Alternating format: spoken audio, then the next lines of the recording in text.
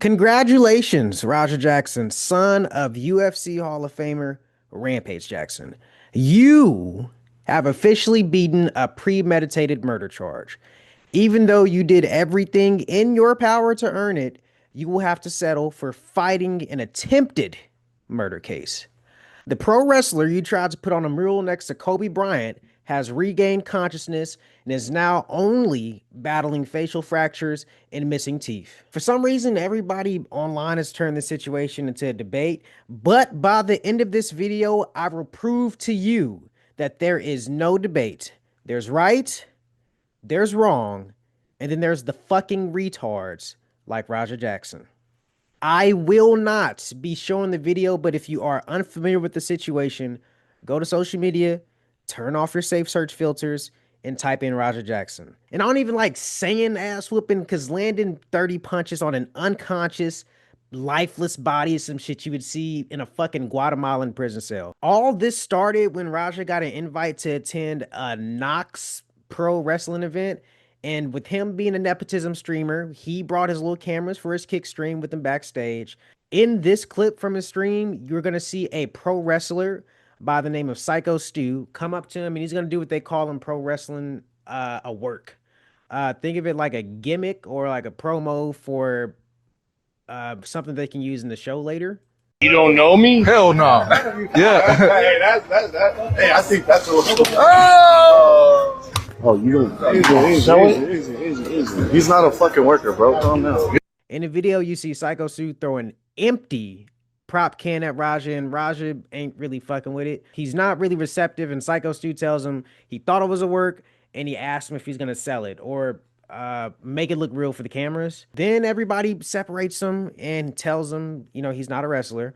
Not really any harm, but if Raja wanted to use this as an opportunity for some get back in the moment, then I really wouldn't be upset with that.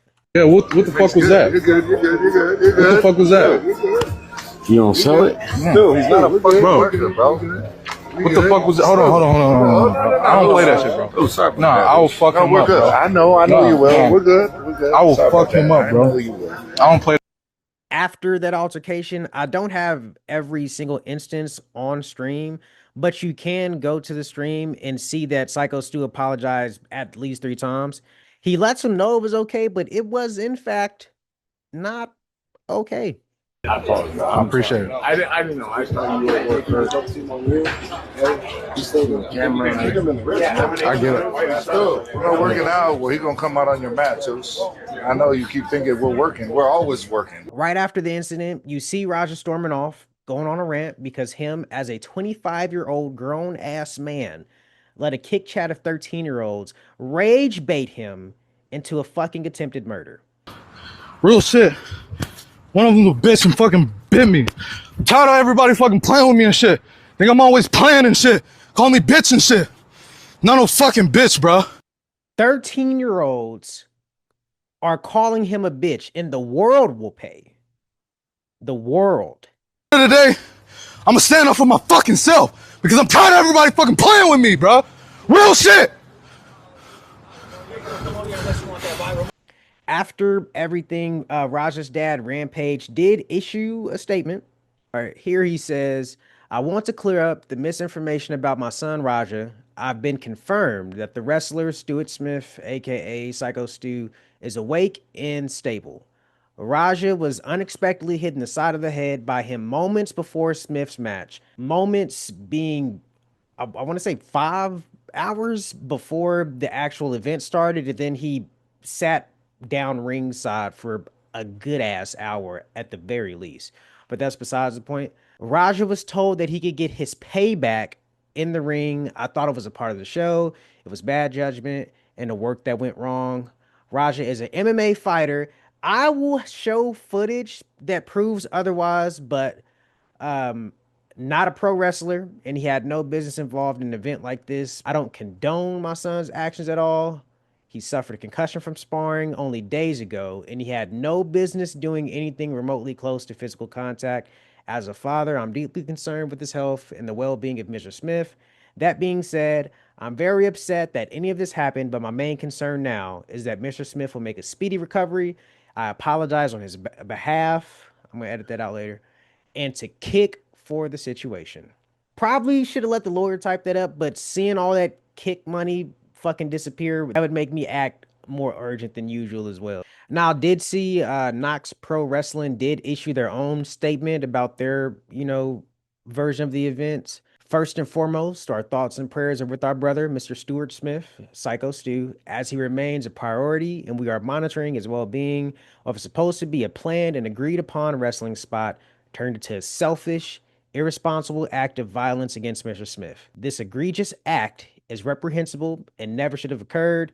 In the 17 years of operation of Knox Pro Wrestling Academy, there has never been anything as heinous take place such as this, and we apologize to our patrons and fans. As of right now, I am seeing articles that say Psycho Stu is conscious and he's talking. An update on Feared Buck gave a little bit more insight about his condition. Pro wrestler Psycho Stu was awake and speaking in the hospital today. Though he sustained broken facial bones and lost several teeth, he reportedly choked on his own blood and teeth after being hit by Raja Jackson while already unconscious. Another clip from his self-snitching live stream. Unfortunately, Raja did get banned from Kick, so he will have to find another outlet to allow himself to get cyberbullied by 12-year-olds. I just saw the video.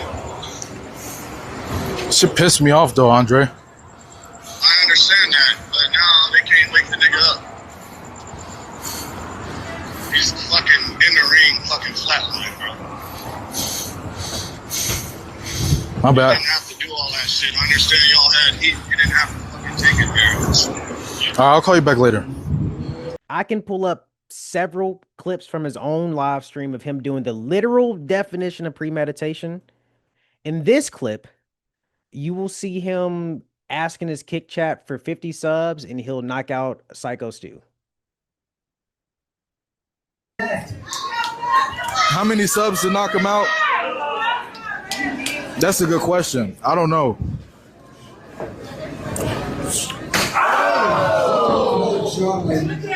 I ain't really sub farming, but 50 subs, knock him out. 50 subs. 50 subs, chat, and I will give this man life-altering injuries.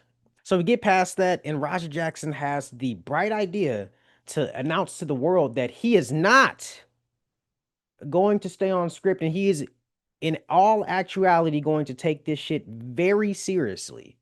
I'm gonna really have to show him, like, nigga, you can't just hit a fucking can on my goddamn face. I'm really going to hit him, I'm telling you. I'm dead serious, this shit's not gonna be scripted, I'm telling you. I know all wrestling is script, I'm talking about what I'm gonna do to the guy. Now, this last clip is something I've seen people use on Twitter as some type of defense, saying he got the okay from the other wrestlers, but I've never really seen anybody be able to grant permission to commit or to attempt murder, but this might be a new concept. You run in on his shit, you fucking give him his receipt. Remember what a receipt is? Give him that fucking receipt, bro. Tag his shit. If you got a fucking problem with it, I'll fucking run out there. Tag his shit, bro. Now, what I have seen online is that this specific wrestler, I don't know his name, but I guess him and Psycho Stu's characters in their wrestling storylines, they have something called Heat right now, which is basically their storylines. In their storylines, they're beefing.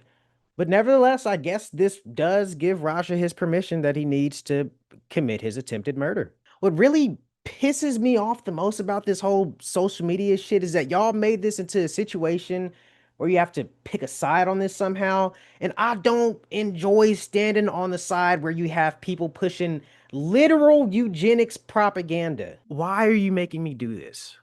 Why are you doing this to me? Some other shit that grinds my gears about this situation is everybody's lack of fucking comprehension, and now nobody is aware of what emotional regulation is. Maybe it's just a crazy ass concept to me, but I don't think that every action deserves a drastic fucking overreaction, but that's just me. I feel like if somebody pushes you, that does not give you fucking clearance to run them over with your car. I think that there are I think that there are steps that you work up to get to that. You don't just go from fucking zero to you don't just go to fucking 0 to 100. Like this shit is kind of like it reminds me of the Kevin Porter Jr. situation. I want to say last year, he got into it with his girlfriend, and I guess she pushed him, and he retaliated by breaking her fucking spine. I don't want to get the story wrong. That's just what I can remember about it. And that pretty much sums up like the type of people that are saying like, "Oh, it's a payback. Payback. That's what he get. He should have never threw the can at him. This is payback. He got his get back." And what I take from all this is that most people who agree that maybe this was an appropriate response is that these are the same people who would find it perfectly okay that if they were into it with a lady or their woman and she may put her hands on them or whatever, which isn't okay. But if she puts her hands on them, pushes them, disrespects them, that then warrants them laying her the fuck out. It's just 0 to 100. It's just 0 to 100. There is no intermediary steps. It's just all the way on or all the way off. But really, what I don't even think people are considering in this situation is what happens if this happens outside of a pro wrestling organization? What happens if there aren't 10 able bodied men able to pull whoever off of whoever without any emotional regulation? What if he's out with his dad doing their live stream and his dad continues to do the shit that he does on his live stream where he always interacts with the woman, whether she's married, whether she's whether she's in a relationship, and he does some more of this shit. I'm down 30. Can I come in the hot tub? It's a process. Your husband. Not gonna show that. But what happens if the girl actually gets offended? What happens if she throws a drink on him? Does that then warrant Raja Jackson to motherfucking snap and powerbomb her through a motherfucking table? I don't. That's where we leave this shit up to if this is an acceptable response to any time somebody disrespects you. There is no to somebody who gets that fucking heated over an empty can of prop beer on his own live stream. There is no logical response. There is no gauging the next level where somebody will take that shit to. Now, all of this really could have been avoided if he would have handled business right then, right there in the moment, and nobody would have been mad at him. But instead, he plotted for 5 hours, audibly, on stream. In every video, you see him doing all that huffing and puffing, motherfucking, I don't know if it's peacocking, but it's a defense mechanism. It's what people who can't fight do when they don't really want to fucking fight, or else they would be prepared to fight. If you know how to defend yourself, if you are a true combat athlete, if you box, if you kickbox, if you do MMA, if you can handle your fucking business, you don't take time out of your day trying to scare somebody away. It's either up there or it's not up there. It's just a defense mechanism. It's for scared little fucking boys. Now, why do I say son of MMA legend Rampage Jackson, who's probably been training since he was a baby, can't fucking fight? Even though his dad says that, he's an MMA fighter, he shouldn't have been in a pro wrestling event. Well, let me go back to sparring footage from a year ago with Anderson Silva's son, Gabe Silva.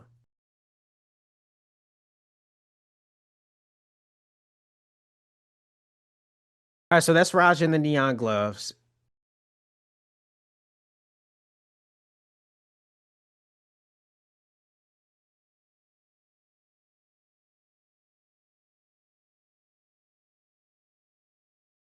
But that's not what somebody who knows how to motherfucking fight looks like. People who can fight, they don't put on a show about what they can do in a situation, especially when they would be well within their rights if they were reacted immediately. Nobody would have complained, and he probably would have gotten a viral clip. But I'm going to end this video on another viral clip that he did get.